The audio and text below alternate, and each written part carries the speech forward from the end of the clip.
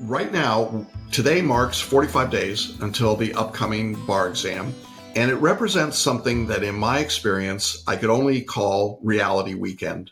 Yeah, reality weekend. What do I mean by that? Well, it's not a reality TV show, although it might be. It feels like one sometimes. Sometimes this feels like the worst moments of The Bachelor or The Bachelorette. But this is when the reality of the bar exam sets in, and it can manifest itself in a number of different ways.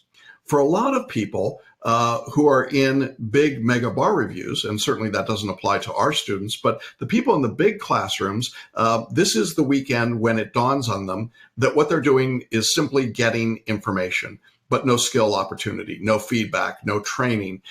They're just getting dumped on with information. And without that, and with the hope that there would be some teaching, some instruction, some assistance, some feedback, some sense of community, the reality hits for those people that that's not what those courses are there to provide. And obviously, that's what we think we're doing for our students. But it is the weekend, truthfully, when our phones start ringing like crazy with people saying, is it too late to get in the course? In fact, as we've been talking today, we've had people enrolling in the course. And the answer is no, it's not too late. So if you've got friends or people who are thinking about that, we can certainly help them. But the reality is that for a lot of bar takers, this weekend is a time of nearly absolute terror because people realize that they've invested a lot of time and a lot of money in those big mega courses to just sit and listen to someone talk, typically on a video, and they're all alone and they're out there on their own. The problem is a lot of bar takers have no idea what's going on at this point or how to get better, how to improve their performance. So if you're sitting in that kind of a classroom setting, you can imagine people look to their left and they look to their right and they realize the people sitting next to them know less than they do. And that's not a very comforting feeling for most of us. So reality begins to set in and we start to see some evidence of panic. Now, we get that same sense of panic for a different reason in our course. Some of our students will start to feel like that what they need to do at this stage of their study is to just write more answers. I'll do hundreds of essay questions, or I'll do thousands of multi-state questions, or I'll buy extra courses, or instead of doing 50 multi-state questions a night, if you're in another course, I'll do 75 a night and I'll get better that way. But the reality hits at about the 45-day mark for most people that that's not going to be successful. And so it's important over this weekend to take a deep breath and assess where you are and assess what you need to do. There's still time to make real choices about how you're going to study, whether you're in our course or somewhere else, and how you're going to prepare. Now, for those of you who will be listening to this, who are in a large big box bar review, you need to recognize that what your course is doing right now is simply providing you with information. They're not teaching. That's never really been their goal. Their goal was simply to put information in your hands, and it's now up to you to use that information. If you're not in a position where you can add to a course like ours or get assistance, then you need to make best advantage you can of the information that you've been given. And that might be why you were watching this at some later date. It's not a bad thing. It's just do the best you can, take the information you've got and make something useful out of it. But more appropriately, for those of you who are listening to me live today and in our course, with 45 days to go or thereabouts, it's still reality weekend. And the answer is yes, absolutely. For a lot of people, 45 days starts to represent that middle ground in which the exam now feels like it's imminent. It's going to happen, but it's not so close that there aren't adjustments or things that can be done. And I think the kinds of questions that you've asked today are ones that represent that. What can I do? How do I adjust what I'm doing with my studies? What should I be focusing on? This is typically a time when I begin to see a lot more work being submitted for review from our personal and premium mentored students. It's a time when I see the pace of work begin to pick up. Previously, it might have been a week or so between conferences that I'd have with a student because that's how their work and their writing pace was going. Now it might be 1 or 2 days between pieces of work, and that's great. There's absolutely nothing wrong with picking up the pace and moving more quickly. But be sure that your work is purposeful. Whether you're sending work to me or you're just writing for yourself, make sure that everything you're doing is purposeful, that it's getting better, that you have a particular reason for doing the assignment, and that you are evaluating your work. And that's a real key at this stage.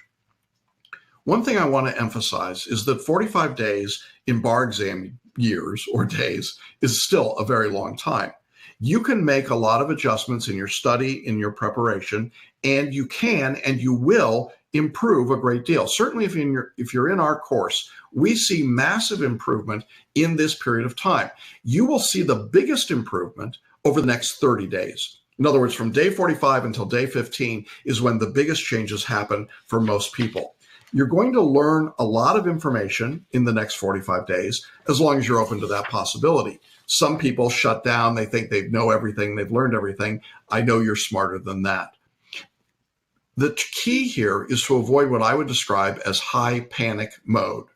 Some people get to this reality weekend and they're not listening any longer. They're not paying attention. They're not following directions. They're not reading their emails. They're not looking at what's going on. They're not listening to us when we talk in the Facebook group or we send an email or in these videos.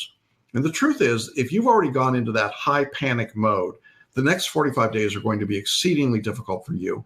And frankly, each day will get excruciatingly worse. And a lot of people just hit the wall. They just totally melt down at the end. Now, there is a meltdown period that's actually coming. It's going to come in another week or so. We call it the dreaded 7th week, and I'll have more to say about that later. You don't have to do it, but I'll tell you that a lot of people get sick, they get stressed out, they get into arguments with people, they really lose it. And the start of that period is this weekend coming up. Now, Reality Weekend is also a time when historically, after 50-some exams that I've taught people through, I start to get what I would describe as the eviscerating email or message or personal message or text message or phone message in which students decide that things are not going well with their studies. And it must be my fault as a teacher, or the fault of our course, or the fault of the bar examiners, or the fault of their family members, or their spouse, or their employer, or just about anyone in their universe except themselves. This is kind of a point when I think for some people, it becomes obvious that something isn't working quite right. But the hardest thing to do right now is to acknowledge that you, as the bar taker, the student, might be the core of that problem.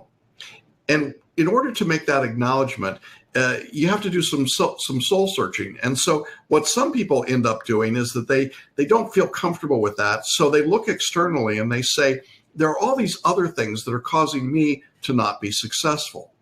Well, in most cases, the reality is that the core problem still is with the bar taker themselves. It might be an inability to follow directions, or an inability to get down to the work and get it done, to schedule themselves. It could be fear of failure. It could be any number of things going on.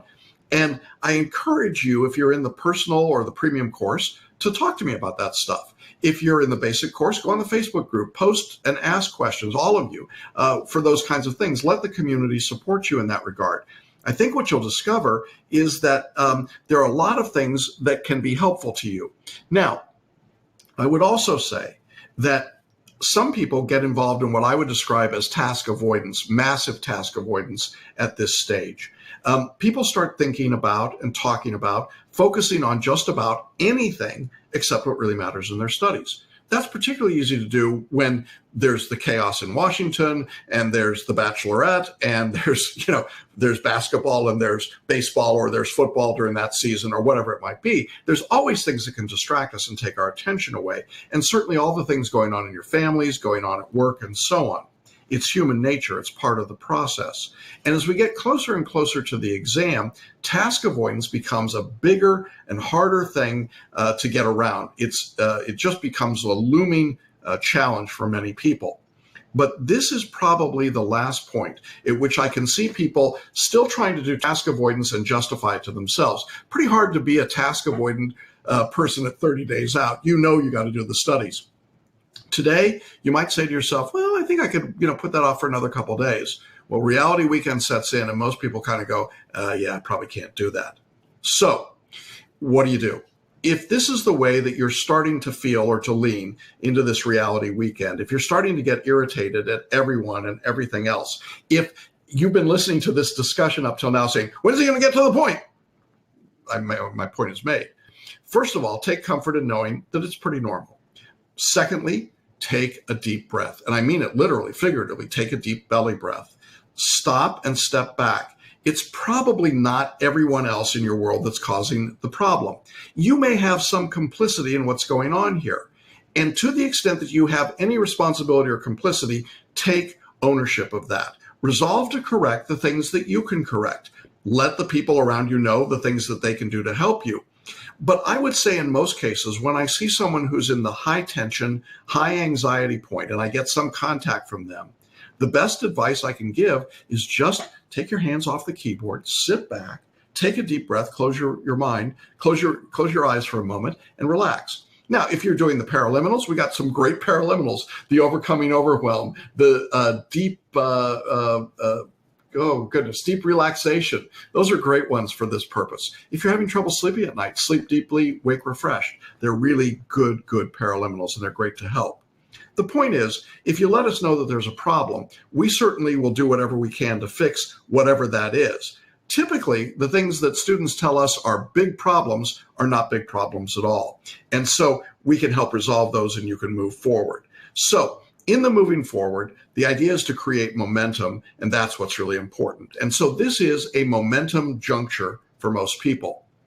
You know, as I'm recording, as we're talking today, we are in baseball season, and it would apply anytime. But when I think about baseball, I think about the great play, in my mind, the most beautiful play in baseball in many respects, is the pivot that the second baseman makes on a double play. There's a ground ball. It comes from somebody else in the infield, the third baseman or the first baseman or the shortstop. They throw the ball to second base. The second baseman catches the ball, and they pivot to throw to first base. It's a beautiful play when it's done right.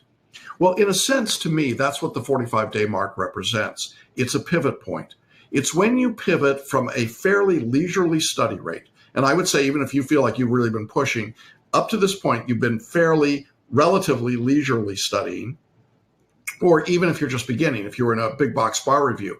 But you go from that point to suddenly realizing the exam's coming up. It's 45 days away. You better get on with your work. So you have to pivot now and throw the ball hard to get the runner out, to get to your goal.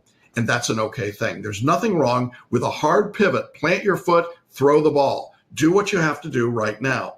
So if you're in a course and it is not working, pivot. Do what you have to do to get it to work. Find the help that you need. If you're in another course besides ours and you think that you could do better with ours, pivot. Find out what you need and make the change. If you're in our course and you're having trouble, get on our Facebook group. Let us know. Let us figure out the way that we can help you pivot as well. The reality of this reality weekend is that we can only respond as students come to us. We're not mind readers. I can tell you that some of these things are going to happen, and that may make me seem clairvoyant from time to time, but it's impossible to predict where each individual is going to be. So communication becomes really important at this stage. Over the next 45 days, I can assure you that you're going to learn a great deal. You're going to grow a great deal. You're going to develop new skills. You're going to become much more confident as you move towards the exam. And that should be your goal in everything you're doing, constant, regular improvement. And if you don't see the improvement, what I would suggest is to look at where you are now and then go back. Look at where you were when you began in your studying, in your writing, in your skill set, and see the difference. I think you'll see that there's a change. Certainly if you're in our course, I see this all the time with students. Their writing is so much better now than when they began. And oftentimes I say, just go back and look at your early assignments and see the difference that that makes. This is your chance over the next few days to pivot, to take stock of where you are realistically, and then to make the changes that you need to make. And I hope when you do that, that it's going to give you some measure of peace, some sense of accomplishment, and a real feeling of hope for what's going to be coming up over the next 45 days. And so for all of you, I wish nothing other than a great reality weekend.